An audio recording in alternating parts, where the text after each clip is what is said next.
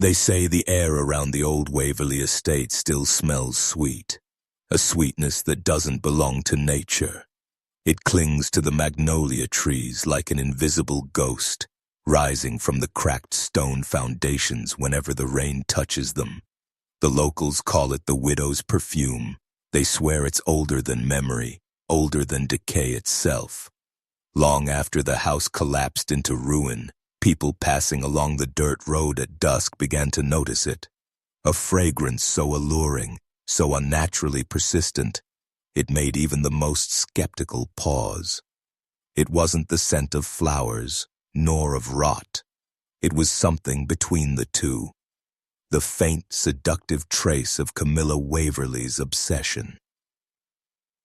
No one knows exactly when the stories began, but the earliest accounts date back to the spring of 1874, when the fields were still scarred from war and the town of Harrow's Crossing tried to rebuild its grace from ashes.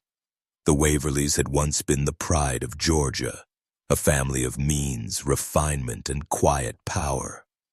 Their estate, perched on a hill overlooking the swamp, was said to glow at sunset like gold soaked in blood. And at the center of it all stood Camilla, the widow everyone spoke of in whispers. To some, she was the embodiment of Southern beauty, soft-voiced, porcelain-skinned, and forever draped in black silk. To others, she was a creature possessed by vanity and grief, a woman who refused to let death humble her. The legend claims that after her husband Jonathan's sudden passing, Camilla sealed herself away in the estate. The servants were dismissed, the shutters closed, and for months no one saw her face. Yet smoke and strange fragrances drifted from her chimneys at night, floral, chemical, metallic, as if the dead were being perfumed for resurrection. When the house finally fell silent and the neighbors dared to step closer, they found only emptiness. And that scent. It hung in the room, soaked into the walls, trapped in the air like a secret she had forced upon the world. Even now, when the wind passes through what's left of Waverly Hill, it carries that haunting aroma, a perfume that refuses to fade, a love that refused to die. The year was 1874, and Georgia still wore the scars of a war that had ended almost a decade before. The Confederacy was gone, but its ghost lingered in every burned field and every house where portraits hung of men who never came home. Reconstruction had brought change, but not peace. Only a quiet kind of bitterness that crept through the soil and settled into the hearts of those who survived. Harrow's Crossing was one of those towns that looked alive from a distance, but felt dead up close. The streets were lined with leaning oak trees, their roots pushing through the cracked brick paths. Whitewashed homes sagged under the weight of humidity and old secrets. On Sundays, the church bell still rang, though fewer came to hear it. The women wore black longer than grief required, and the men drank longer than sorrow excused. It was a place of memory, and memory was a dangerous thing. It clung to people like dust. Every name carried a lineage, every face a story whispered behind parlor doors. And amid all this decay and pride stood the Waverly estate, rising like a monument to what once was.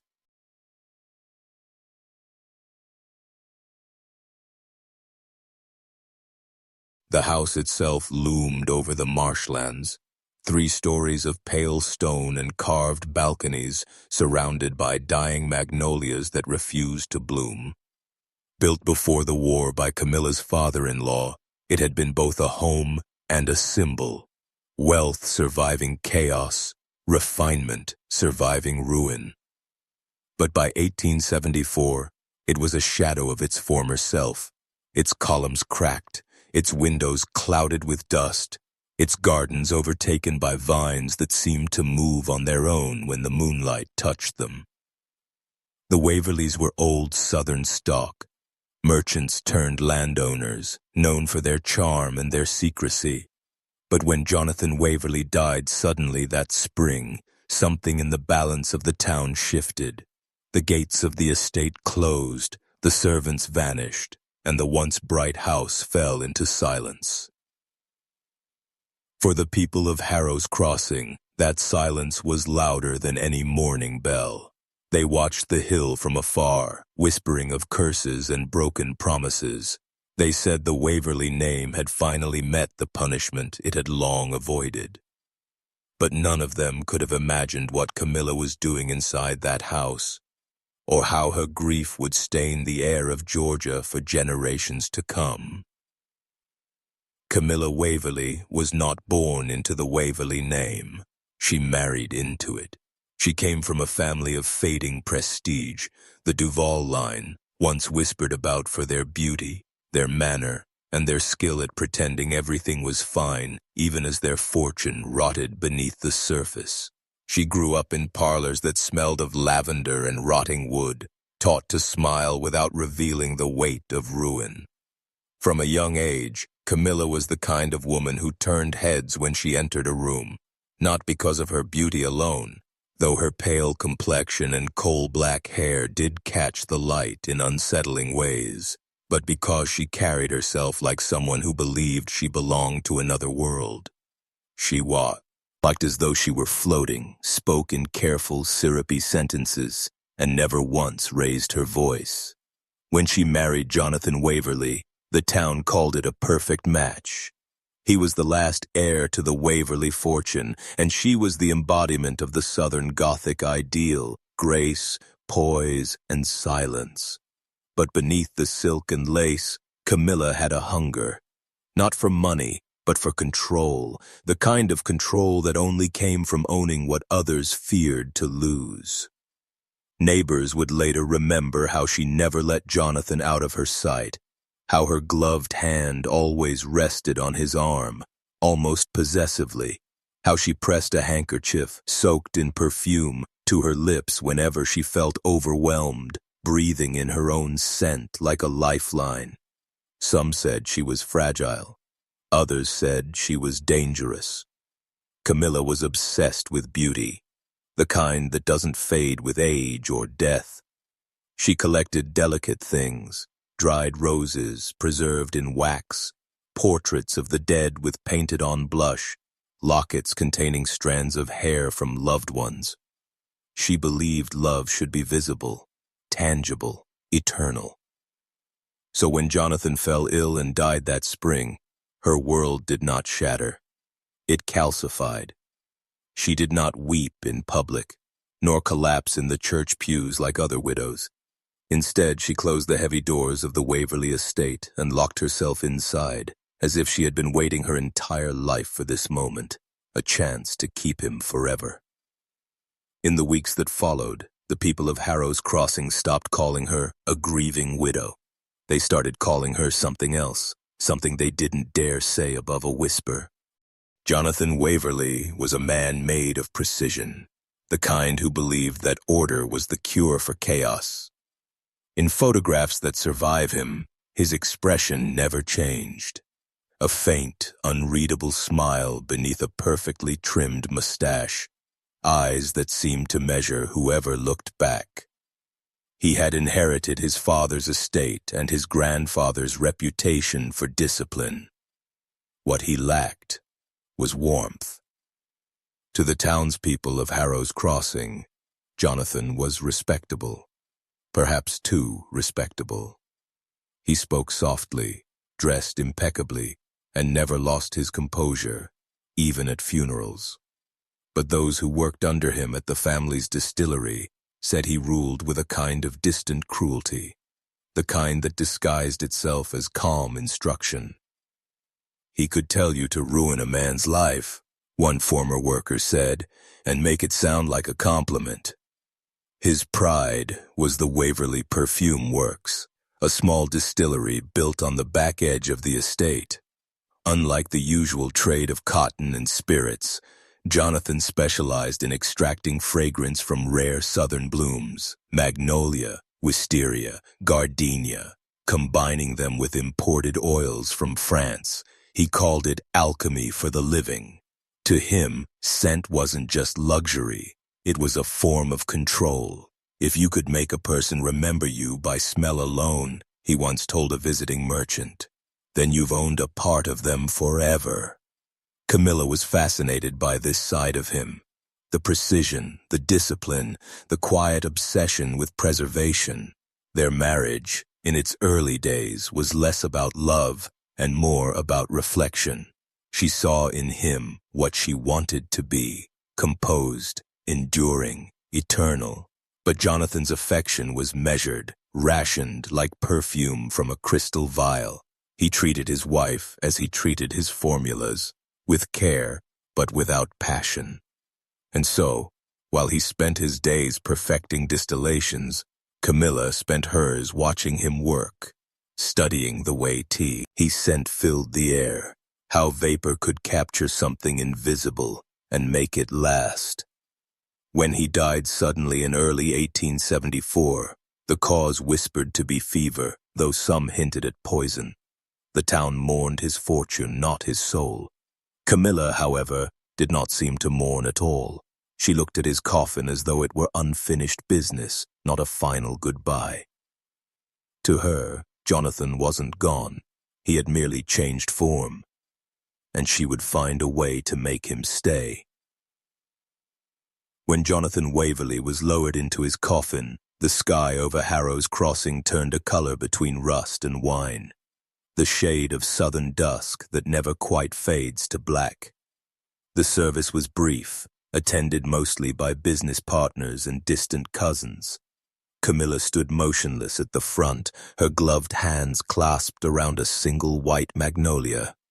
She didn't cry, she didn't even blink. She simply inhaled, deeply, as if memorizing the air that still carried his scent. When the minister spoke of ashes to ashes, her head tilted slightly, a quiet, graceful defiance, because Camilla Waverly had no intention of letting her husband become dust. The night after the burial, she dismissed every servant on the estate. She thanked them politely, handed out final wages, and told them she wished to grieve in private. By dawn, the great house stood empty, its doors bolted, its windows draped in black silk. The town assumed she was mourning. They didn't know she was preparing. For weeks, no one saw her, but at night, faint lamplight glowed through the cracks of the shutters. Carriages from Savannah began arriving at odd hours, delivering barrels, glass containers, and crates of unfamiliar instruments. The townspeople whispered. Some said she had gone mad from grief. Others said she was attempting to preserve Jonathan's body the way her husband preserved his fragrances. A few dared to walk near the property line and returned pale, saying they'd seen her silhouette through the window, still dressed in mourning black, stirring something in a glass vat, her hair loose like a widow undone. The priest came once, carrying a Bible and a warning. He returned the same evening without a word, his hands shaking. When asked what he saw, he simply muttered, "That woman doesn't mourn the dead. She keeps them." And from that day forward, no one dared step onto Waverly Hill again. By midsummer, the Waverly estate had begun to breathe again. But what it exhaled was not air. It was scent, heavy, intoxicating, and wrong. Those who lived nearest to the property said the wind changed direction that season. It carried with it the sweetness of crushed petals mixed with something acrid, like burned sugar or rusted metal. When the night was damp, the smell thickened until it clung to the back of the throat. Farmers working the nearby fields covered their... By the time autumn crept across the Georgia hills, Camilla Waverly was no longer recognizable as the woman who had once graced the parlors of Harrow's Crossing. Those who caught a fleeting glimpse of her from afar, a shadow at an upstairs window or a figure passing behind a flickering candle, said she had become lighter somehow, as if the flesh had begun to abandon her bones. Her mourning attire no longer appeared somber but ceremonial, layers of black lace and tulle that shimmered faintly in the lamplight like the wings of a beetle. The servants who dared return to fetch their belongings described her scent before they described her face. Sweet at first, like violet water, but beneath it lingered a metallic tang, the kind that conjured the taste of blood at the back of the throat. They said she moved differently now, gliding, not walking, her body upright and deliberate, as though every gesture was rehearsed. And she had grown quiet, the kind of quiet that hummed, as if she could hear something no one else could. The first time she appeared in town after her husband's death, it was to collect a shipment of imported glass bottles from the apothecary. The townsfolk froze where they stood. Camilla's skin looked porcelain pale, powdered until even the veins seemed painted over. Her eyes were distant, as though focused on something far beyond the present moment. But it was the scent that unsettled everyone. The air around her seemed to move differently. Thick, perfumed, suffocatingly sweet. People stepped aside instinctively as she passed. When she spoke, her voice carried no tremor. "They're for preservation," she told the shopkeeper, tracing the edge of a bottle with her gloved fingertip. "Some things are too precious to vanish." After that day, no one saw her again for months, but strange reports began to circulate. Women fainting when the wind carried her scent, and through town, cats found dead near the edge of her property, and lights burning late into the night, long after the rest of Harrow's crossing had gone dark. Something was changing inside the widow's house, something that blurred the line between mourning and creation. And soon, everyone would learn that Camilla Waverly hadn't lost her husband. She was trying to rebuild him. By winter, the whispers about Camilla Waverly had spread far beyond Harrow's crossing. What began as gossip among churchwomen and shopkeepers had turned into something darker, a legend that grew with every retelling. People no longer spoke her name at the supper table. They lowered their voices as if afraid the mere mention of her might summon that scent. They said the smell drifted all the way to the town square now, faint, elusive, but unmistakable. A perfume unlike any other, sweet at first, then bitter, like flowers that had bloomed in a graveyard. The preacher's wife swore she caught it during Sunday service and fainted dead away before communion. Rumor made a creature of the widow. Some said she bathed nightly in chemical oils that left her skin glowing like glass. Others insisted she slept beside her husband's remains, his bones arranged neatly in the marital bed. A few swore they'd seen her walking the estate gardens at night, carrying a lantern and humming to herself, a tune that was neither hymn nor lullaby, but something in between. The men of Harrow's Crossing, less inclined to superstition but no less intrigued, speculated in their own way. They said she was continuing her husband's perfume experiments, that she'd gone too far with some new extraction method. One even claimed she had written to a French chemist in Lyon, asking how to refine the scent of marrow. Still, not everyone believed the stories. Some dismissed them as jealousy. A rich widow, still young, still beautiful, living alone atop her hill. But those who had smelled that strange sweetness in the air did not doubt. There was something unnatural about it, something that clung too long to the skin. It was around this time that the term "the widow of Waverly Hill" replaced her name entirely. Children dared each other to sneak past the iron gates and steal a brick from the estate, believing it cursed. Farmers began avoiding the nearby road after sundown, and the priest, once determined to pray for her salvation, now refused to speak of her at all. No one yet knew what she was making inside that house, but everyone could feel it, the way the air changed when her name was whispered. Like the world itself was holding its breath, waiting for Camilla Waverly's next creation. It was a servant girl who first saw it, or claimed she did. Her name was Etta May, a timid young woman who had worked briefly for the Waverlys before Jonathan's death. One night, when hunger outweighed fear, she crept back onto the estate, hoping to reclaim a small trunk of belongings she'd left behind. What she found inside the house would haunt her until the day she died. The mansion, once so vibrant and full of life, had grown hollow. Curtains were drawn tight, and a faint buzzing sound filled the air, like insects trapped inside the walls. The smell was overpowering, sickly sweet with undertones of burning alcohol. Etta said it felt thick enough to choke on. She followed the sound down into the basement, a place Jonathan had once kept locked.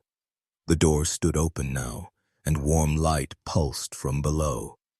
What she saw at the bottom of those stairs did not belong to any house of God. The walls were lined with shelves of glass jars, hundreds of them, each filled with cloudy liquid and fragments of something white. Some contained petals. Others held what looked disturbingly like bone shavings.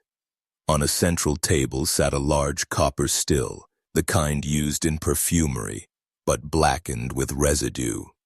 The air shimmered with heat.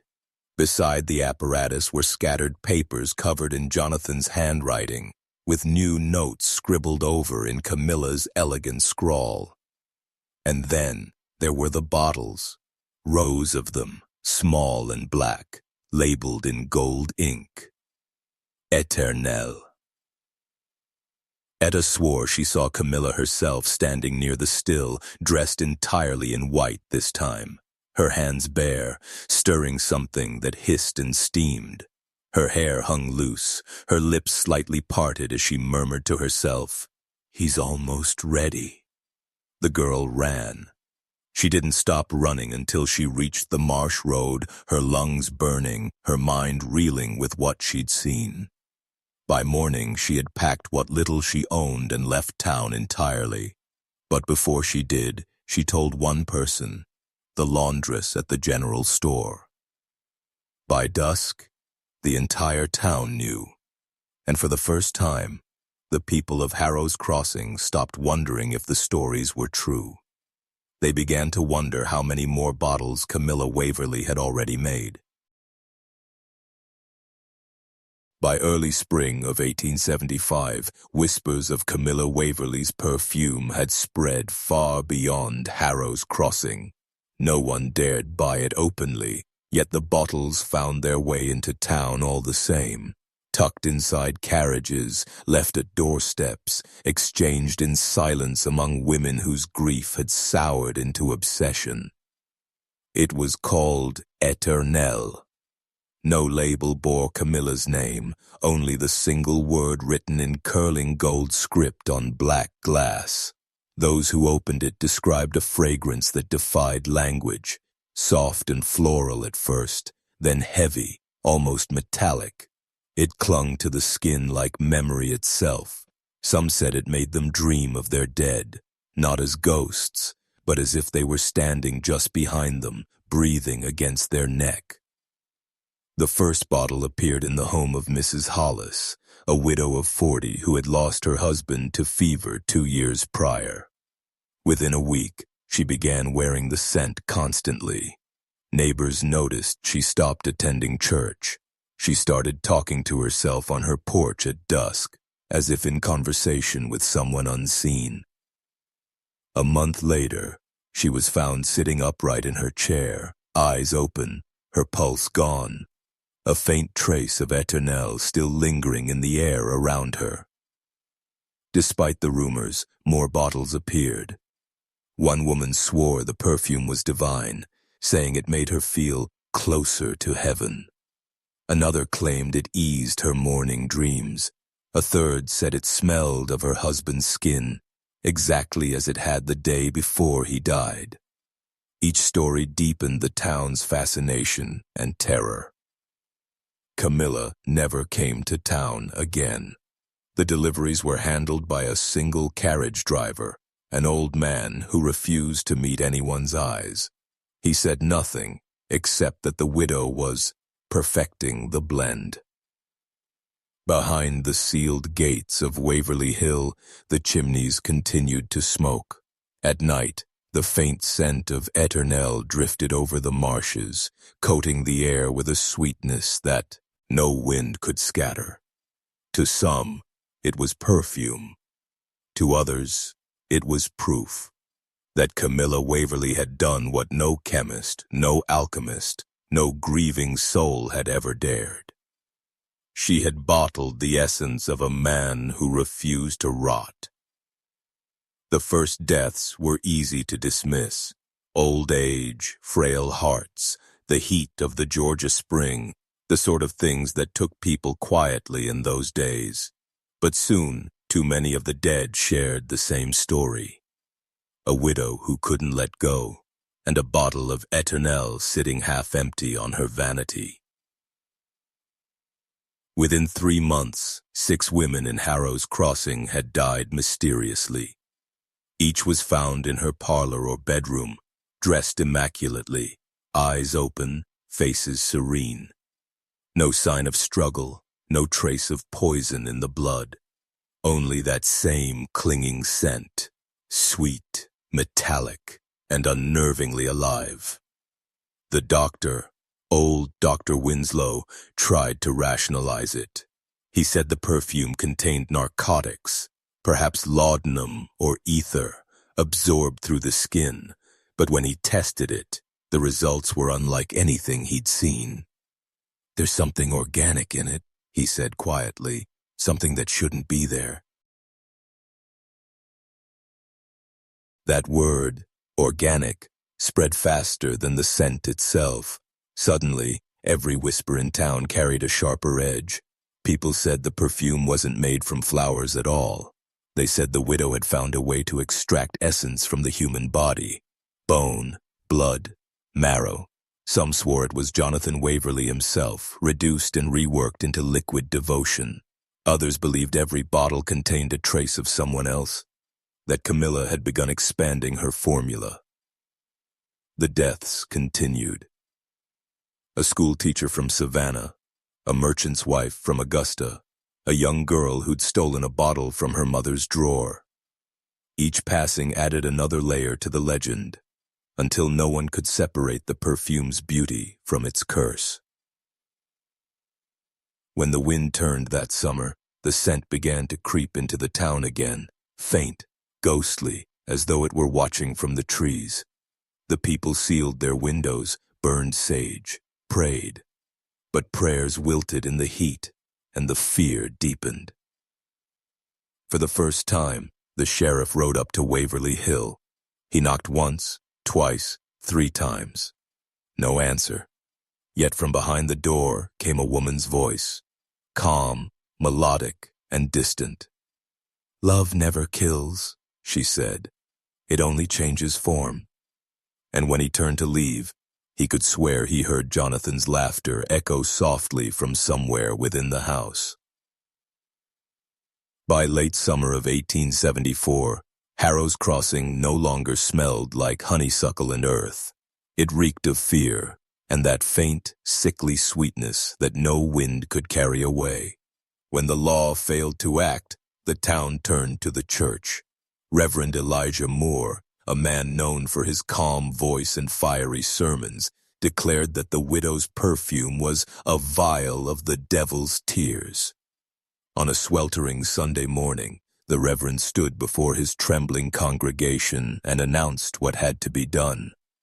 "The house on Waverly Hill," he said, "is no longer a home. It is a temple of blasphemy, built upon desecrated remains." His words filled the chapel like smoke, and when the bell stopped ringing, the townsfolk rose from their pews with torches in hand. By dusk, nearly 24 men and women made the slow climb up the hill. No one spoke. The crickets fell silent as they approached the gates, now overgrown and rusted shut. The Waverly estate loomed like a mausoleum, its windows reflecting only the torchlight. From inside came a faint hum. Music, maybe, or something pretending to be music. When they broke through the front door, they found her. Camilla Waverly stood at the top of the staircase, draped in mourning black, her face pale as candle wax. The bottle of Eternelle dangled loosely from her hand. The scent poured from her like mist. Reverend Moore called out to her, voice quivering, "Mrs. Waverly, what have you done?" Her eyes met his, unblinking, distant. "I made him eternal," she whispered. "You bury your dead. I kept mine." Behind her, in the faint light, stood shapes, figures, arranged like portraits come to life. Waxen faces, hollow eyes. They weren't alive, nor entirely gone. The townsfolk froze as they realized each had the faint scent of Eternelle clinging to its skin. Moore lifted his cross. "You've trapped souls that belong to God," he said. "Release them, woman."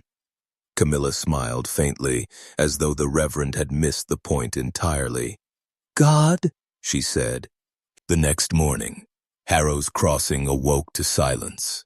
The Waverly estate stood motionless against the gray dawn, its windows blackened, the doors splintered from the night before. No one dared approach at first. Some said they saw shapes still moving inside, drifting between the curtains like echoes of the living. But by noon, the sheriff and Reverend Moore gathered the courage to return, accompanied by a few men whose faith outweighed their fear. Inside, the air was heavy and wet, the walls damp with a strange, sweet residue. The perfume hung so thick it seemed to breathe, coating every surface like invisible sap. The parlor was in shambles, bottles shattered, glass glinting like tiny bones. But it wasn't until they found the trap door beneath the rug that they realized how deep the widow's devotion truly went. A narrow staircase descended into the earth. Lanterns trembled in shaking hands as they followed the tunnel downward. The air grew colder, denser, the smell stronger. At the bottom lay a room no one could have imagined existed beneath a home. It was a workshop, stone walls lined with glass jars, each filled with amber liquid that shimmered faintly in the lamplight. Hundreds of them, some labeled in her delicate handwriting. Jonathan, Evelyn, Margaret, Rose, the names of the dead. And in the center of the room stood the heart of her creation, a tall, cylindrical contraption of brass and glass, like a distillery or alchemist's device. Inside, pale bones were suspended in a fluid that pulsed slowly as though it lived. Beneath it, a furnace burned low, and on a nearby table rested dozens of half-empty perfume bottles, identical to those that had killed half the town. Reverend Moore sank to his knees. "She turned them into oil," he whispered, "into fragrance." In that moment, the sheriff swore he heard something, a low sigh, almost human, rising from the apparatus. "What?" And he leaned closer. He saw condensation form inside the glass like breath on a mirror. Then, from deep within, a faint heartbeat echoed once and stopped. They fled the house without speaking. No one dared take a single jar. That night Moore ordered the place sealed, buried beneath boards and prayer. But the next morning, the scent of Eternelle wafted through the town once again, soft, persistent, and haunting, as if Camilla Waverly had never left. By autumn, the town had reached its breaking point. Harrow's crossing could not breathe without inhaling her. That same cloying perfume drifted from the trees, the wells, even the church pews. The scent was no longer. When they reached the door, it was already ajar. The smell of Eternelle poured out in waves. Inside, the house looked untouched, as though time had decided not to enter. A single candle burned at the top of the staircase, its flame blue, unearthly. Some swore they saw a figure standing beside it, veiled in black, her outline soft and flickering like smoke. "She's waiting," someone whispered. They doused the floorboards in kerosene and struck the first match. The fire took quickly, too quickly. The walls erupted in a hungry roar, feeding on every board, every drape, every trace of her creation. The air filled with a scream that wasn't a sound but a vibration, a pressure that made the bones ache. And beneath that, the unmistakable scent, Eternelle, magnified, blooming through the flames like a final defiance. When it was over, nothing remained but charred stone and the faint shimmer of melted glass. The wind carried the ashes down the hill, scattering them into the fields where Jonathan once rode. For a few days, the town slept soundly for the first time in months. The scent had vanished. The air was clean again. But on the third morning, the Reverend woke to find something on his doorstep. A small, unbroken bottle, perfectly sealed. Inside, the liquid swirled like amber light. Its label read simply, Eternelle, for him. Decades passed, and Waverly Hill became a name spoken only in whispers, a warning to children and a stain on George's genteel past. The house itself was never rebuilt. The land refused to yield. Every spring, strange flowers bloomed in its ashes, pale, scentless things that withered by noon as though remembering the inferno that birthed them. Yet the story did not die with the fire. In 1891, nearly 20 years later, an antique dealer from Savannah purchased a small, dust-covered crate from a widow's estate. Inside, he found 3 glass bottles, sealed and labeled in the same elegant script, Eternelle. The dealer, thinking them relics of Southern vanity, placed them on display in his shop window. Within a week, he was found dead in his chair, eyes open, face calm, a faint smile frozen on his lips. The bottle beside him was half empty. The legend surged again. Reporters came, skeptics too, but no one could explain how a perfume could outlive its maker. Chemists tested the contents, and each described the same inexplicable finding: traces of an organic compound resembling marrow oil, impossible to replicate and resistant to decay. One scientist, before sealing the sample away, murmured, "It smells alive."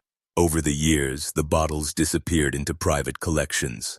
Some said one made its way to New Orleans, another to London, another into the hands of a perfumer who tried to reverse engineer it, only to go mad before he could finish.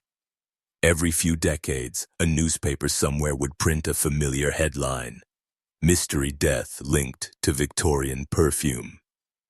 As for Camilla Waverly, no record of her burial exists. No grave, no headstone, no remains. But locals still claim that on hot, windless nights, the air around Harrow's crossing carries a faint sweetness. That same metallic, intoxicating scent that once drove a town to ruin. Some say it's just memory, a lingering story in the soil. Others say it's something far worse. Because even after all these years, the perfume endures. The scent that was born from love, refined by grief, and preserved by death.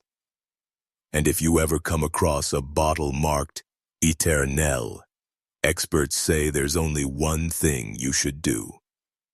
Don't open it. Because some love stories were never meant to fade, and some scents were never meant to die.